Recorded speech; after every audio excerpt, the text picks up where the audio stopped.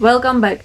Today we're going to be talking about something I'm not sure how well you can see, but it's this beautiful book stopper that I've made probably like a half a year ago, but I just didn't get to this. Well, I was prepared to give up on these long videos, or like not give up because I enjoy making them, but it takes a lot of time and I usually don't have the time for it.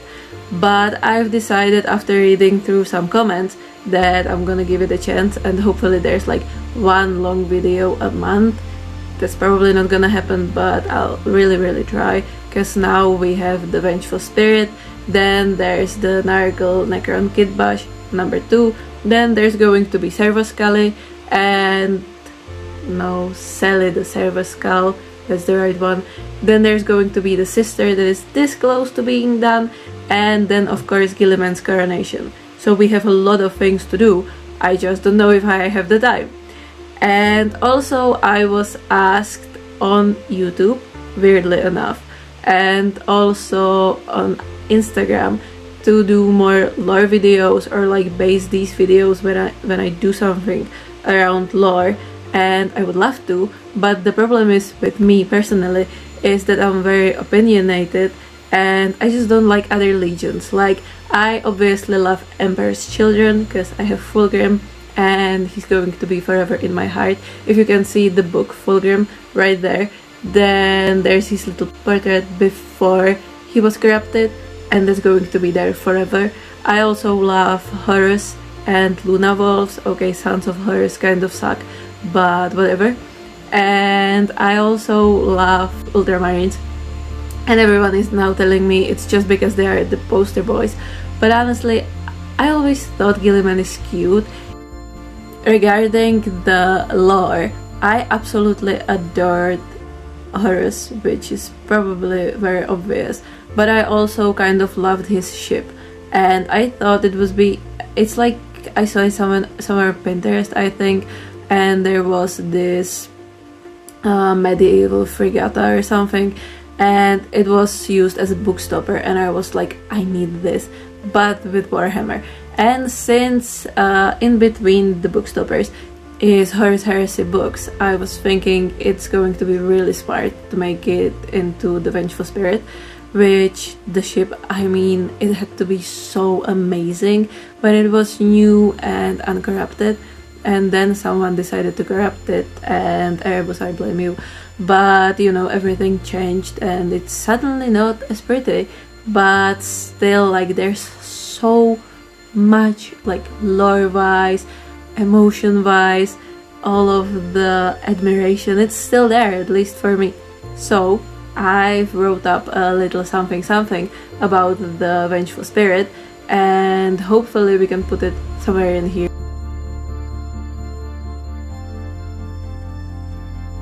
So I had this file, STL file. I don't know why I can speak, there's a coffee and I can't reach it, so that's probably the problem.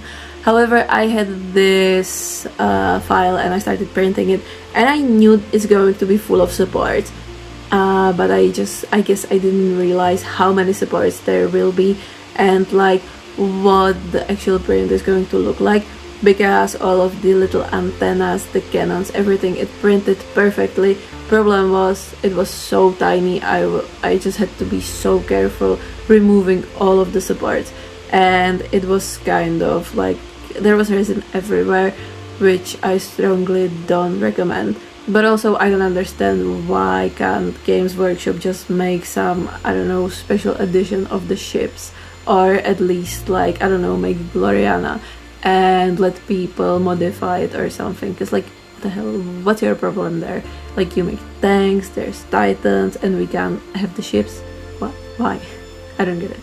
Anyway, that was the first step, and after I did that I was just absolutely mind blown. That's finally done and I had the ship.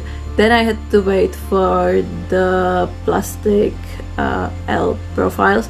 I ordered them from China, and I'm pretty sure I ordered black ones, but they delivered white ones, which in the end wasn't really a problem, because like white reflects light, and I also figured if it was like pure black, the storm clouds wouldn't look as good, so I took a sponge and I just put the color on it. So actually it looks like kind of stormy background with the emerging like little resin warp currents, I guess. I'm not a physicist and I don't know how space travel works, so I'm guessing here, but it turned out really nice, at least in my opinion, so that was a good thing. Also, what I was thinking at first, because I needed to hold the books, right, obviously, but what I wasn't sure if I should do or not was like drill through the L profiles and like secure the ship there. And at first it sounded like a really good idea, but in the end we decided not to do that, because I was thinking like, what if the plastic is gonna crack, what if it's not going to be like even, because that's what I wanted for the books to like lean against the L. So in the end I just glued the kind of heavy ship parts there, and when you can see the little resin clouds or like warp energies, I just put them right behind the ship, so each part of the ship has like this little cloud that is like leaning against, and so it's really sturdy, and even when I like moved it and painted, you can like take it and flip it and nothing happens. So that was really good idea and I'm surprised I made it. But like you can see, it works, and that's like what's so mind-blowing to me, because usually I have project like Fulgrim, you put him together, the same the bolters, it's kind of straightforward, it's supposed to look like a gun. Same with the skull, it's a skull and you just drill holes and add electronics. This was something I had no idea how to put together, and somehow I did, so yay me. Also I speak kind of fast, stop me I guess, but my students usually don't, so yeah. And like there was a lot. After that, when I started painting the ship, also I was kind of scared to start and I was putting the project away for a while. I started with the background, that kind of work, it gave me a bit of a confidence, and so the ship was already primed black before I like glued it to the L's. And once it was there, I was thinking like, well, what do I do now? And I figured that the easiest approach is probably the best you can pick for this. So I went with dry brushes, and first of all I went over the whole thing with like metal things. So it was, I think there's a bit of silver, gunmetal, and something from Vallejo, some kind of steel, and it just raised all of the details that you could possibly want raised. And then I went back with some gold color, and I was like, this is going to be for the details, like the big D details. And I just made the rims and the things I could find, I just made them gold, and again it was really straightforward. And the last thing I added was rust, because I was kind of scared I'm gonna ruin it, but then I was thinking it's like at this point, at this moment it's already corrupted, so it's going to be rusty. And the only thing I didn't kind of want to lean into was the fleshy part of the Vengeful Spirit, because nowadays when you have the newer lore, it's like, you know, it has this feel of being like fleshy and I don't know, height. I think someone used it, maybe Caravel or something, someone used like it feels like hide the walls inside, and so that wasn't something I wanted. So I just put rust on it and was like, okay, this is somewhere between Horus and Abaddon, like before it gets fully corrupted, I guess. And the last thing I did was painting the actual storm. Like first of all I had to glue the LED strip there, and that was random, absolutely random. I wasn't thinking about it, because I was thinking the only thing I really need is once the resin storm clouds or smoke or whatever I printed. I just need to cover most of the strip, and so I did. When you can see, like when you have the whole strip, you can see the individual LEDs, and I just put some of these kind of transparent things over it, so you know it would just allow the light to pass through, and the rest of it was painted black, and then I painted over the clouds. And I was thinking, if I'm gonna put over like full coverage, it's going to ruin the thing, which probably would, so I just took like diluted color, and I had pink, some blue, and I think there was purple, like the classic galaxy effect that was like when I was on high school, so like 10 years back when we were doing everything galaxy. So I just put these colors together and applied a little wash over it.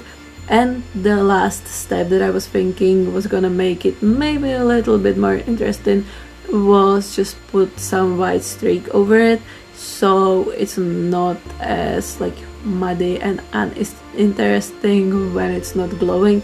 Like right now it's not glowing obviously, so that's like, it looks pretty good when it's not lit up.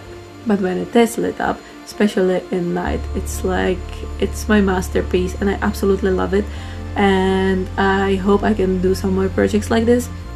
I was already thinking for like the next part of Heresy, like making maybe Gilliman's ship, but I'm not sure that would work that well, although because the warp effect would be the same, so it would just be blue, right?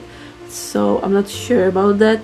Or maybe like something, I don't know, I was also thinking, because I'm already planning the coronation, like making Gilliman and him being coronated or crowned on one side, and then have the Death Guard and Mortarion on the other.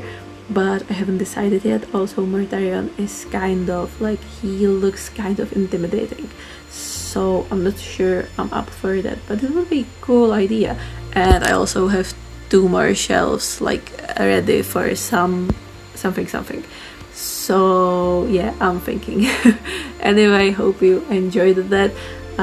Should be, hopefully it should be under 15 minutes, although I always say that and it never is. And I don't know, have an amazing day. Hopefully you had some fun. There was teeny tiny bit of lore, and let me know what you think, I guess. Bye, and praise the Emperor, of course, and also the Imperial Regent, because we need Gilliman. Like, we really need him on the throne. They called it the Vengeful Spirit. Once, it was a beacon of golden jade, the pride of a father, the spearhead of the Imperium. But pride is a fragile thing when it's bathed in the war. Look at the metal now.